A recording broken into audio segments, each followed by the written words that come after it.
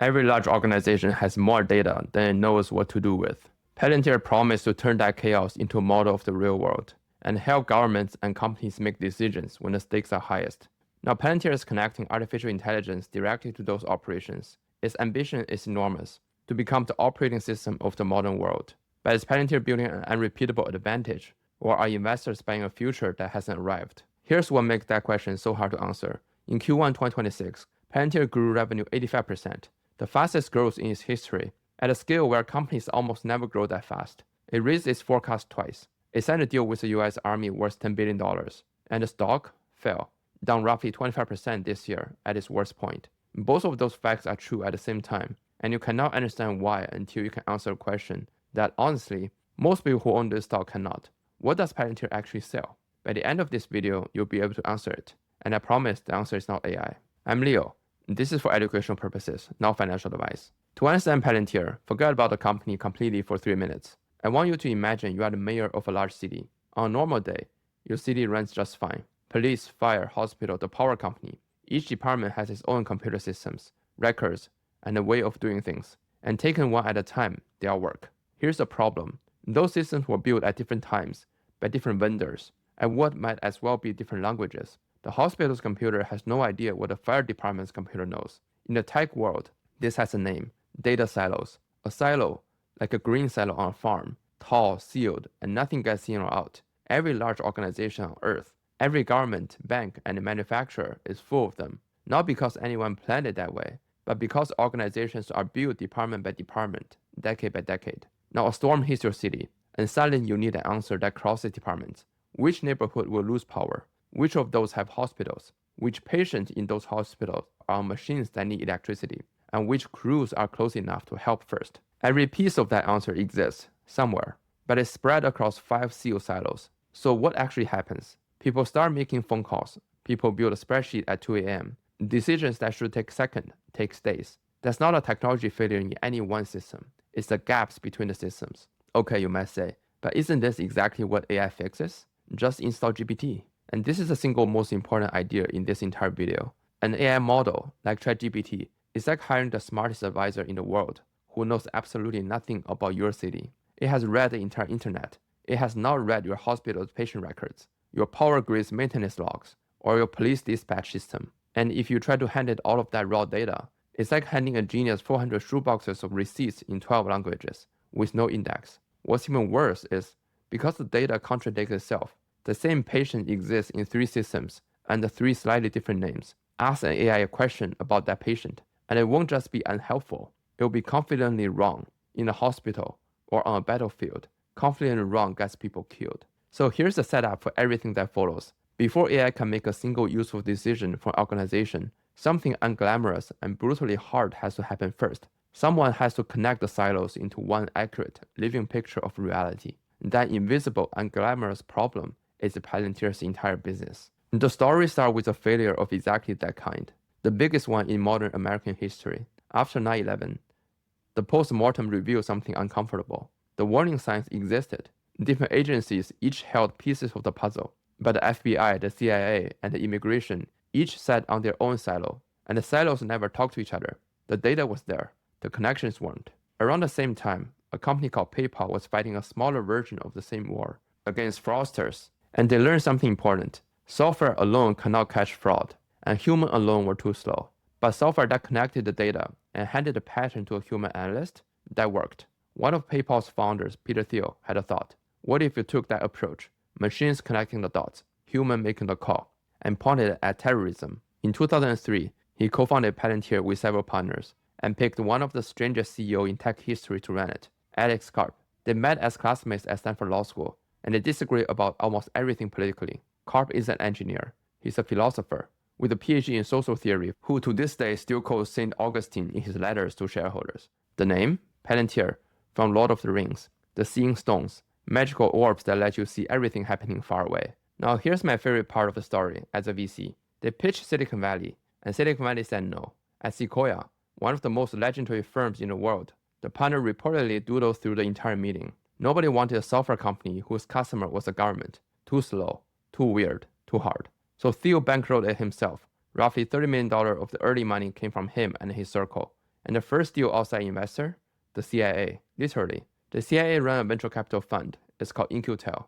And in 2005, it put money into Palantir. For the next 3 years, the CIA wasn't just an investor.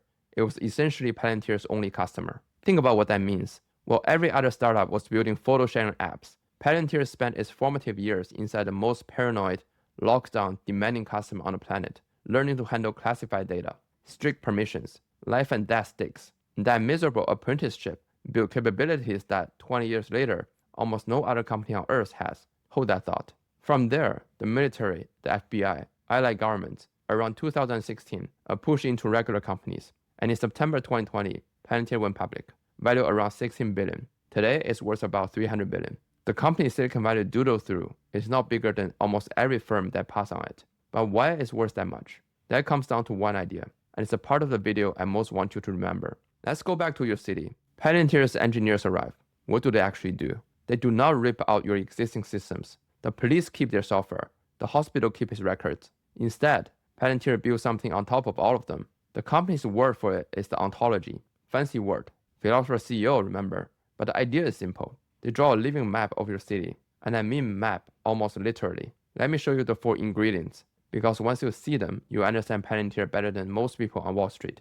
Ingredient 1. Objects. On this map, every real thing in your city becomes a digital object. Fire truck number 12. Mercy Hospital. Patient Sarah Chen. And Sarah is one object. Even though she exists in 3 different databases under 3 different spellings, the map merges silos fragments into one truthful version of each real thing. Ingredient 2. Relationships. The map knows how objects connect. Truck 12 belongs to Station 4, which covers these 12 blocks, which contain Mercy Hospital. This is what a normal database doesn't give you. A database is a filing cabinet. This is a model of reality, where putting one thread tucks everything connected to it. Ingredient 3. Permissions. Here's the CIA apprenticeship paying off.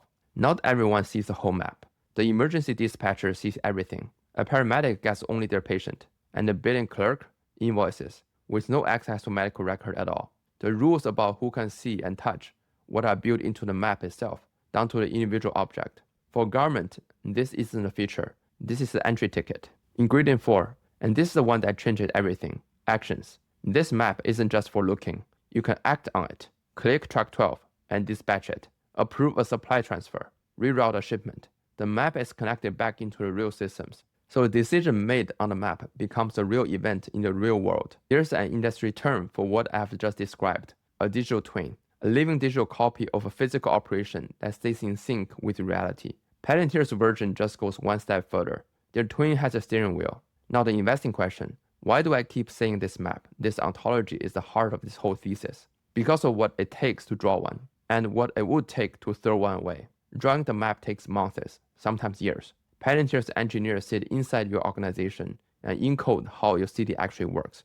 Every object, connection, and permission rule. No 2 maps are alike, and none of it can be copied from another customer. But here's a real moat. Once the map exists, your people start living on it. Daily operations run through it. Workflows are built on it. And at that point, leaving Palantir doesn't mean canceling a subscription. It means redrawing the entire map from scratch, while the city is still running. In investing, this is called switching cost, the pain of leaving a product. Palantir's switching cost might be the highest in enterprise software. Keep that word map in your mind, because every product this company sells, all 4 of them, is just a different door into the same map. Palantir sells 4 products. People find the names confusing. You won't, because they are all the same map, packaged for different customers. Product 1, Gotham, the map for militaries, intelligence agencies, and police, battlefield units, drone feeds, intercept signals, supply lines, fused into one operation picture with those object-level permissions doing the security work. This is the descendant of the CIA years, and it's the backbone of a system called Maven that by 2025 had over 20,000 US military users. When you hear Palantir help Ukraine or Palantir work with NATO, this is the product. Product 2, Foundry, the exact same idea sold to companies. Airbus uses it to merge 25 data silos and help quadruple production of its A350 jet. Ferrari's Formula 1 team runs car telemetry through it. Product 3, Apollo, the one nobody talks about, and quietly one of the most important. Apollo is the delivery system, the invisible maintenance crew that installs and updates Palantir software anywhere. In the cloud, sure, but also on a submarine or inside a classified facility that's air-gapped. That term just means a computer network physically disconnected from the internet. for security reasons. Normal software companies update a product over the internet. If there's no internet, they're stuck. Apollo is why Palantir can operate in places Google and Amazon simply cannot follow. Remember this in a few minutes. It's about to become very relevant. Product 4, the newest from 2023, AIP, the artificial intelligence platform, and now the whole video snapped together. Remember our genius advisor with the 400 shoeboxes? AIP is what happens when you hand that advisor the map instead. Plug in an AI model, GPT style, from any provider, and suddenly it's not reasoning over internet's general knowledge. It's reasoning over your objects. This patient, this truck, this shipment. It can spot the problem, propose the action, and here's the crucial detail. The map's permission system tracks everything it tries to do, and a human approves it before it happens. AI that can act with guardrails built in. This is Palantir's actual answer to, aren't you just an AI company? They don't build a brain, they build a body, the eyes, the memory, and the hands that any brain get plugged into. So let's finally answer the cold open question. What does Palantir sell? An analogy. Windows is an operating system, the base layer of software that everything else on your computer runs on. SAP, the German giant, is something like that for a company's finances. Palantir is trying to be the operating system of the entire organization, the base layer that a government or company runs on. It's data, the decisions, and now it's AI. It's a grand claim.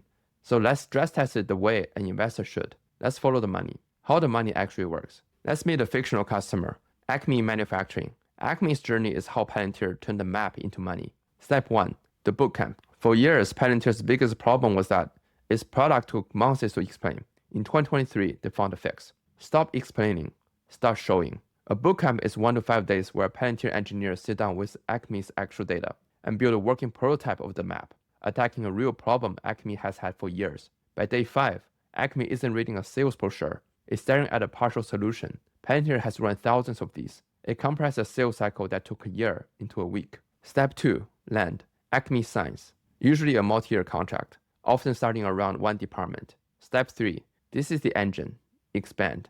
The map is a bit like a road network. The more places it connects, the more value every existing connection becomes. One department becomes 5, 100 users become 1,000. New AI workflows get built on top. Acme spending grow year after year, without Palantir having to win a new customer. There's a number that measures exactly this. It's my favorite number in this entire story. It's called net dollar retention. In plain English, take only last year's customers, no new logos allowed, and ask what they spent this year. Palantir's latest figure, 150%. For every $1 existing customer spent last year, they are spending $1.50 now.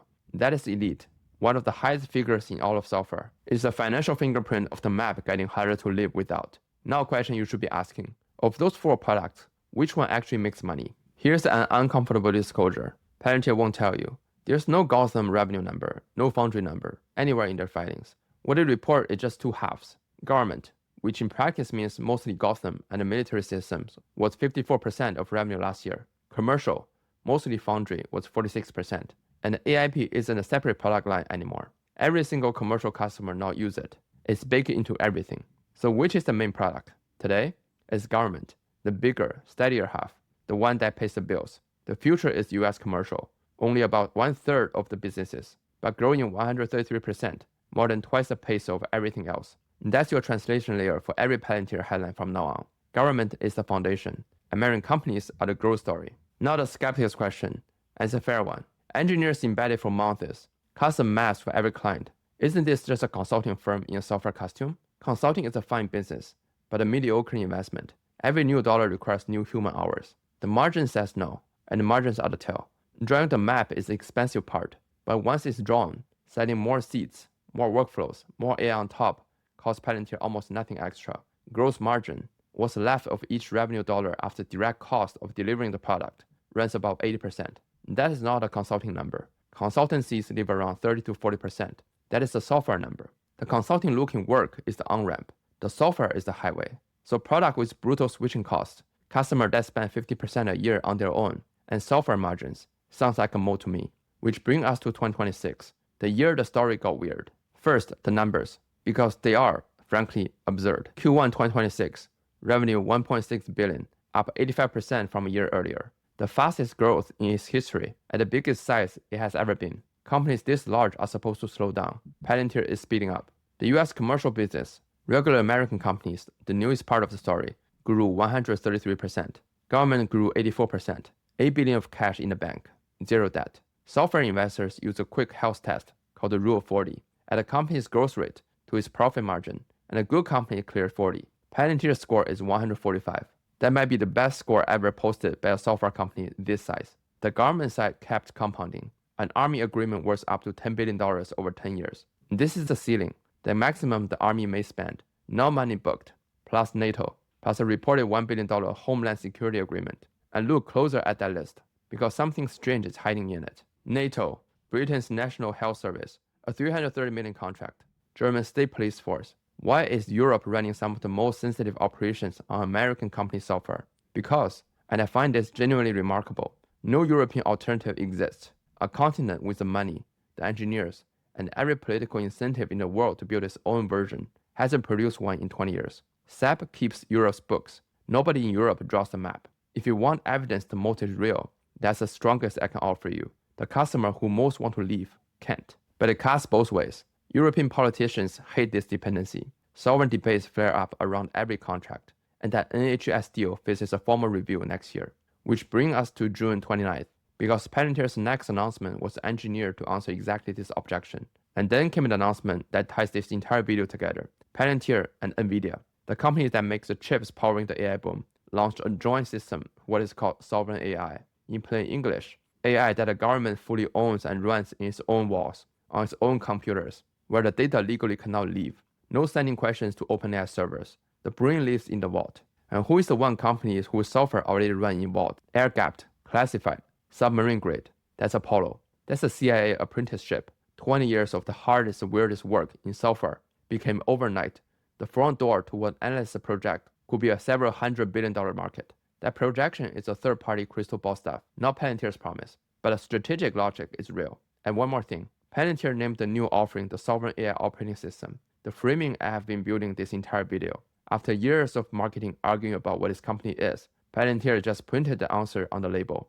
The market's verdict was immediate. The stock jumped nearly 8% in a day, over 20 billion of value. And if you have watched this series, you can see the bigger picture snapping into place. Remember the question on screen at the start, moat or myth? Here's the strongest honest version of each side. The bull case rests on 3 pillars. Pillar 1, the map. Switching cost is high, with customers expanding 50% a year on their own, is as close to a genuine moat as modern software gets. Pillar 2, the wall around the castle. And here I want to answer the question smart skeptics always ask. AI startups are everywhere right now, and their contracts are far cheaper. Why can't they take a slice? 3 reasons, and together they teach you how this entire market actually works. First, in mission-critical software, the sticker price isn't the cost that matters. The cost of failure is. A $10 million Palantir contract isn't competing with a $1 million startup contract. It's competing with a $1 million contract plus a multi-year integration project, plus a risk that it breaks. And when a customer is a hospital or an army, breaks is measured in lives. These buyers aren't shopping for a discount. In this market, cheap isn't a selling point. Cheap is actually a warning label. Second, the paperwork moat. To run software on classified US government networks, you need security accreditations that take years of audit, clear personnel, and government trust to earn. At the very highest level, exactly 3 companies on Earth hold them: Palantir, Microsoft, and Amazon. A startup with a genuinely better product cannot legally bid on the work. The moat is a decade wide before the product comparison even begins. Third, and you almost know this one, a cheaper AI model is just a cheaper brain. The hard part was never the brain, it's drawing the map. And 20 years of map drawing tools don't appear in a seed round. Now the honest caveat that keeps this analysis worth your time. Everything I just said means the real threat is not the startup, it's Microsoft, the one competitor with the clearances, the customer relationships, and every incentive to bundle a good enough version into contracts company already paid for. If Palantir ever loses its market, it won't be to something cheaper, it will be to something already installed. Watch Microsoft, not a startup. Pillar 3, the money machine. When revenue grows 85% and costs grow 24%, profit doesn't rise, it erupts. If AI adoption by governments and giant companies is a decade-long wave, Palantir has positioned itself as a toll booth, not a bear case. Risk 1, the price. Around $300 billion. Palantir trades nearly 40x its annual revenue, not profit, revenue, and 75 to 90x next year's expected earnings. In translation, today's price already assumes years of near flawless execution. Pay a price that assumes perfection, and even good news can lose you money. This is exactly this year proved. The business kept beating, and the stock still fell 25%, because when perfection is prepaid, being excellent counts as disappointment. Risk 2. Dilution. Palantir pays employees heavily in newly created stocks, nearly $700 million worth last year. Think of your investment as a slice of pizza. Issuing new shares cuts the same pizza into more slices, and your slice quietly shrinks. The slice has slowed to a few percent a year, but it compounds, and it makes the company's preferred profit numbers look prettier than the strict accounting ones. Risk 3. Politics and one strange man.